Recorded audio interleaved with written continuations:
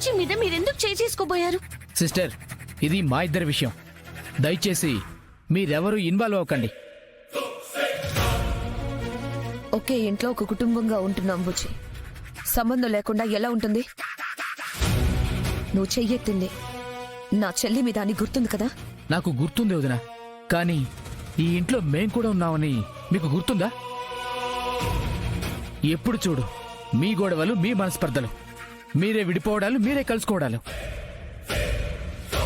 యో అల్లుడు, ఏమై ఉండది? ఏటికి ఇట్ట ఎగిరి పడతా ఉండావు? ఏమైందో మీ కూతుర్ని అడగండి. అమ్మా కాచి, ఏమైంది? ఎందుకు ఎప్పుడు లేంది బూచి అలా అరుస్తున్నాడు?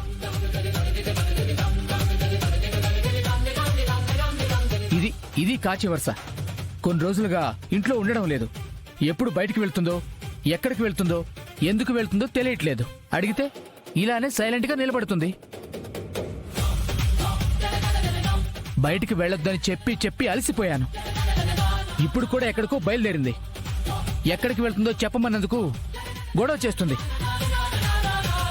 ఏదో పనుండి బయటికి వెళ్తుంది అనుకుంటా. దానికి ఇంత గొడవ చేయాలా బావా? ఒకసారి వెళితే నేను పనేదో ఉందని అనుకునేవాడిని బామర్ది. కానీ ఇన్నిసార్లు అంతంతసేపు వెళితే ఆ పనేంటో నాకు కూడా తెలియాలి కదా. ఎవరితో వెళుతుందో ఆయన తెలియాలి కదా. బుచ్చి బుచ్చి బుచ్చి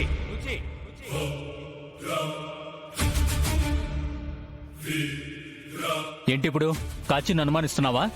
ఇప్పుడు కూడా ఈ విషయం చెప్పకపోతే అన్ని నాతో పంచుకునే కాచి నన్ను మోసం చేస్తుందని అనుకోవడం తప్ప నాకు వేరే ఆప్షన్ లేదు మావయ్య. కాచిని అనుమానిస్తే కళ్ళు పోతాయి. బయటికి పోయి నువ్వు ఎన్ని ఏదో పనులు చేసినా కడుపులో పెట్టుకునిందే గాని మాతో ఏనాడు చెప్పుకోలేదు. ఎందుకు? చెప్తే నీ పరువు ఏడపోతుందో, అత్తింట్లో నువ్వు ఏడ చిన్నబుచ్చుకుంటావో అని. ఎప్పుడు లేంది ఇప్పుడు బయటికి వెళ్తుందంటే దానికి ఏదో కారణం ఉంటుంది కదా బావా. అదేంటో చెప్తే నాకు అనుమానించాల్సిన అవసరం ఉండదు కదా కేదార్. నా భార్యని ఇలా అందరిలో నిల్చోబెట్టి బాధ పెట్టాల్సిన అవసరం నాకు కూడా ఉండదు కదా.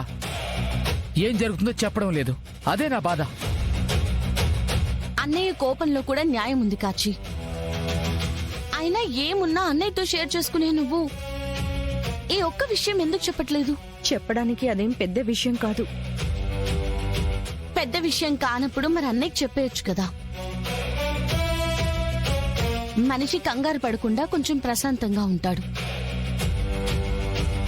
కాచి, మీ ఇద్దరి మధ్యలో గొడవ పెంచేలా దాచుకోవడం ఎందుకు చెప్పు?